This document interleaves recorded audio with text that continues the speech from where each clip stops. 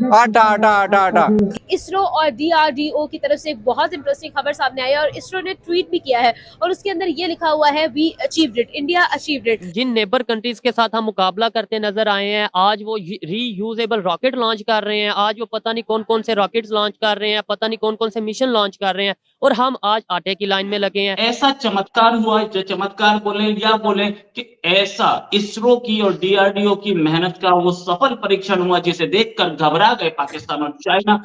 India का इस position में चाइना के मुकाबले में खड़ा हो जाना इटसेल्फ, एंड चाइना इंडिया को इटसेल्फ ये रिकग्नाइज किया जाना कि वो ग्लोबल साउथ की बात कर रहा है, दैट इज ए बिग। उन्होंने रीयूजेबल सैटेलाइट लॉन्चर जो है वो बनाने में कामयाबी हासिल कर ली है। पहले सोशल मीडिया पे पोस्ट वायरल थी कि एक साइड पे हमारे प्राइम मिनिस्टर आटे की लाइन में जो उनसे लोगों को आटा दे रहे हैं, और इंडिया के प्राइम मिनिस्टर जो उनसे वो कोई रॉकेट के लॉन्च वगैरह था उनका, वो इसलिए आपने ये शायद देखा हो ना देखा। ऐसा पहली बार नहीं हुआ कि राशन की तकसीम के दौरान इतनी जानों का ज़िया हुआ हो। इससे कबल मुल्क भर में भी आटे की तकसीम के दौरान अब तक 10 अफराद अपनी कीमती जानें गंवा चुके हैं। वो होता यह था कि सैटेलाइट लॉन्चर सैटेलाइट को लॉन्च करने के बाद एक स्पेसिफिक हाइट पर जाकर बेकार हो जाता था, लेकिन अब ऐसा नहीं होगा। वो सैटेलाइट लॉन्चर वापस जमीन पर आएगा, उसको दोबारा दोस्तों आपने ये छोटा सा क्लिप देखा, आप देख सकते हैं किस तरीके से पाकिस्तान में आटे की लाइन में लोग लग रहे हैं और लड़ रहे हैं और मर रहे हैं। और भारत का वहीं देखें तो भारत का जो इसरो है, डीआरडीओ है, वो रिकॉर्ड पे रिकॉर्ड बनाया जा रहा है और रीयूजेबल सैटेलाइट लॉन्च करके दिखाया, और ये अपने आप में एक ऐतिहासिक क्षण था भारत के लिए। पहले ये पूरा वीडियो देखते हैं, वीडियो के बाद करते हैं इस टॉपिक पर बात। प्लीज चैनल को सब्सक्राइब करेगा। मैं मिलता हूँ। एक ऐसा चमत्कार हुआ, जो चमत्कार बोले या बोले कि ऐसा इसरो की और डीआरडीओ की मेहनत का वो सफल परीक्षण हुआ जिसे देखकर घबरा गए पाकिस्तान और चाइना। रीयूजेबल लॉन्च व्हीकल, यानी कि जिस व्हीकल को हम दोबारा यूज कर सकते हैं, उसे कर्नाटक के चित्रदुर्ग में टेस्ट किया गया। लॉन्च व्हीकल वापस आया, चिनूक से फायर किया गया था। ये लॉन्च व्हीकल वापस आया और इसने अपनी अपनी अपनी जो कैपेसिटी है वो डेमोन्स्ट्रेट की। इसी पर बात करने के लिए हमारे साथ प्रोफेसर डॉक्टर डी.के. पांडे हैं। ये ऑफिसर रह चुके हैं इंडियन एयरफोर्स में और अब ये भारत माता की सेवा में। सर बहुत बहुत स्वागत आपका हमारे शो में। पहली चीज सर, ये रीयूजेबल लॉन्च व्हीकल होता क्या है और ये कितनी बड़ी अचीवमेंट है इंडिया के लिए? बहुत बहुत धन्यवाद मुझे अपने शो में बुलाने के लिए। और जहां तक है बात ये रीयूजेबल लॉन्च व्हीकल की, तो ये उस तरह से ही है कि मुझे मार्केट जाना था और मैंने अपनी गाड़ी उठाई, मैं चला गया और वापस आ गया, और फिर मुझे दोबारा अपने मित्र से मिलने जाना था, फिर मैंने गाड़ी उठाई चल के आ गया। और फिर मैंने मुझे बेगम ने कहा कि आप जो है बाजार जाके कुछ ले आइए, तो मैंने फिर गाड़ी उठाई और चला गया। तो वो एक ही गाड़ी का प्रयोग बार बार हो रहा था। अगर सोचिए मेरे पास वो गाड़ी नहीं होती और मैं गाड़ी मंगाता और हायर करता या खरीदता, अतिशयोक्ति हो जाएगी खरीदने वाले उदाहरण पर, तो मैं तो समय कितना मेरा जाया होता और कितना ज्यादा पूंजी मुझे लगानी पड़ती। इसी को मद्देनजर रखते हुए जो स्पेस में स्टेक होल्डर्स हैं, जो कि स्पेस डेवलपमेंट में लगे हुए मुल्क हैं, उन्होंने इसके बारे में काफी सोच विचार किया। लेकिन इसकी जरूरत क्यों पड़ी?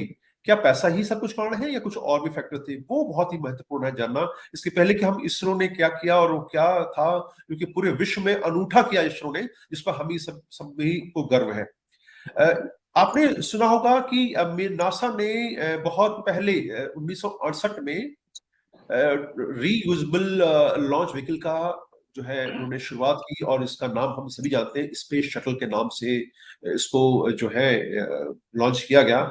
और स्पेस शटल ने बहुत ही कामयाबी हासिल की। 150 फुट लंबे सॉलिड फ्यूल बूस्टर के साथ इसको जब लॉन्च किया गया तो सभी जो है हाथ पर आ गए, क्योंकि ये एक अनूठा प्रयोग था और किसी ने इस बात की कल्पना नहीं की थी कि उतना घर्षण जो होता है रॉकेट की उस गति से जो जाता है, और वो जब आता है तो वो उसको समुद्र में ही जो है हमें उसको रखना पड़ता, उतारना पड़ता है, क्योंकि उस ऊर्जा को किससे जो गर्मी होती है उसको संभालना, हैंडल करना बहुत ही मुश्किल होता है। तो ऐसा नहीं कि केवल नासा ही लगा था, अमेरिका के साथ रूस, चाइना और अन्य सभी देश थे जिनका हम चर्चा है आगे करेंगे। लेकिन ऐसा क्या हुआ, जब इतनी खुशी हुई हमको, तो फिर हमने इस प्रोजेक्ट को, अमेरिका ने बहुत सालों बाद 2011 में इसको प्रोजेक्ट को उन्होंने बंद कर दिया। कारण क्या था? 40 साल के अंदर 135 लॉन्चेस की स्पेस शटल ने, और इसमें से 14 एस्ट्रोनॉट जो है वो उन्होंने अपनी जान जो है वो गंवाई। इन लॉन्चेस में जो थी 135 लॉन्चेस जो थी जिनके साथ दुर्घटना हुई या उनको कैंसिल करना पड़ा विशेष कारणों से। तो 1968 का जो बहुत नामी एक्सीडेंट था, जानते हैं, सॉरी 1986 का चैलेंजर का, और 2003 में कोलंबिया का जो एक्सीडेंट हुए वो सब पता है, और 14 एस्ट्रोनॉट ने अपनी जान गंवाई। तो इतना आसान नहीं है उस घर्षण को और उस एनर्जी को कंट्रोल करना जो बहुत तेजी से आती है। तो तब ये हुआ कि भाई हमको रीयूजेबल लॉन्च व्हीकल करना चाहिए। लेकिन अब जो दूसरा फैक्टर था कि इसमें जो पूंजी लगती है वो पूंजी जो है बहुत ज्यादा है, और हमारे जैसे एक डेवलपिंग कंट्री के लिए जो कि अभी विकास की तरफ प्रयास कर रहा है, जो बेसिक मूलभूत आवश्यकताएं हैं उन्हें सहजता से लोगों तक पहुंचाने का प्रयास कर रहा है। क्या वो स्पेस रीयूजेबल लॉन्च व्हीकल का आविष्कार कर सकता है या खोज कर सकता है अपने नए आयाम में? मैं क्यों आविष्कार कर रहा हूं, अभी आपको आगे मालूम पड़ेगा कि जो अभी इसरो ने किया है वो निश्चित रूप से पूरे विश्व के लिए उपलब्ध जी के हवाले से बात कर रहा हूँ कि जिन नेबर कंट्रीज के साथ हम मुकाबला करते नजर आए हैं, आज वो रीयूजेबल रॉकेट लॉन्च कर रहे हैं, आज वो पता नहीं कौन कौन से रॉकेट्स लॉन्च कर रहे हैं, पता नहीं कौन कौन से मिशन लॉन्च कर रहे हैं, और हम आज आटे की लाइन में लगे हैं। आज हमारी यूथ पॉलिटिक्स में इतनी इन्वॉल्व मतलब उस वे में हो चुकी है जिस वे में शायद नहीं होना चाहिए। मेरा सवाल ये है। ठीक है, फिर अगर आप यही बात कर रहे हैं तो फिर मैं आपको थोड़ा सा पीछे लेके जाना चाहूंगा, सकूत ढाका पे 1971 पे, जहाँ पे आप वहाँ पे नस्लें तब्दील करने गए थे। ठीक है, जहाँ जिनको आप कह रहे थे कि ये लोग तो 1 टके के नहीं है, 2 टके के नहीं है, वो टका 1 टका आपके 3 रुपए के बराबर है। और टेक्नोलॉजी में वहाँ पे बुलेट, आपने टेक्नोलॉजी की बात की ना, वहाँ पे 3 बुलेट ट्रेन चल रही है। ढाका में आज तीसरी, आज या कल रात को तीसरी बुलेट ट्रेन का आगाज हो चुका है। आपने ये कहा ना कि आटे की लाइनों में, और यहाँ पे भगदड़ मच के 15 लोग शहीद हो चुके हैं। तो आप किस चीज की बात कर रहे हैं, किस टेक्नोलॉजी की बात कर रहे हैं? अगर आप बात कर रहे हैं कि वसाइल की बात कर रहे हैं, अगर आप बात कर रहे हैं कि अपॉर्चुनिटीज की बात करें कि यूथ बाहर क्यों जा रही है, यूथ को यहाँ ये कंसर्न। तो दोस्तों ये वीडियो यहाँ पर होता है खत्म। आपने देखा किस तरीके से भारत ने एक इतिहास रचा है। हालांकि मैं जानता हूँ कि मैं भी इस टॉपिक पर वीक हूँ और टेक्निकली चैलेंज्ड आप भी होंगे, क्योंकि ये थोड़ा सा टेक्निकल वाला टॉपिक है। बस आपको मैं थोड़ा सा बताना चाहता हूँ कि जो रॉकेट, आप समझ सकते हो, आपने रॉकेट के बारे में शायद अगर आपने पढ़ा हो तो रॉकेट मतलब लॉन्च होने से पहले ही, मतलब कुछ टेक्निकल प्रॉब्लम की वजह से थोड़ा दूर ऊपर जाके अगर वो फेल हो रहा है ऊपर जाने में, तो फिर वो वेस्ट होता था। लेकिन अब उसको हमने मतलब फिर से उसको एक्टिवेट करके रीयूजेबल बना दिया और फिर उसको भेजना शुरू कर दिया।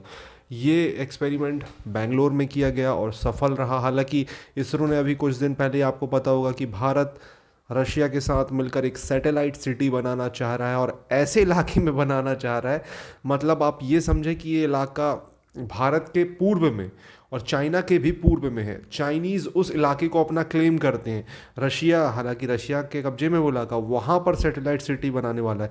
तो ये अपने आप में ही एक ऐतिहासिक कदम था भारत का कि भैया चाइना जैसे हमारे छाती पर बैठा है, छाती पर मतलब सीने पर बैठा है, कहाँ पर?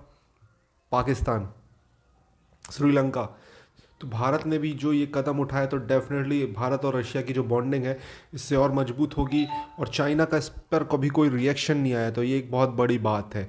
तो भारत जिस तरीके से अब एग्रेसिवली दिख रहा है दुनिया में, ये बहुत अच्छी बात है और दिखना भी चाहिए, क्योंकि आप अगर एग्रेसिव नहीं होंगे तो दुश्मन आपको कमज़ोर समझेगा और आप पर डोमिनेट करेगा। तो ये चीज़ें भी होती रहनी चाहिए। आपको क्या कहना है इस टॉपिक के बारे में? प्लीज़ कमेंट में अपनी राय दें। चैनल को सब्सक्राइब करें। इसी तरीके की वीडियो आपको इस चैनल पर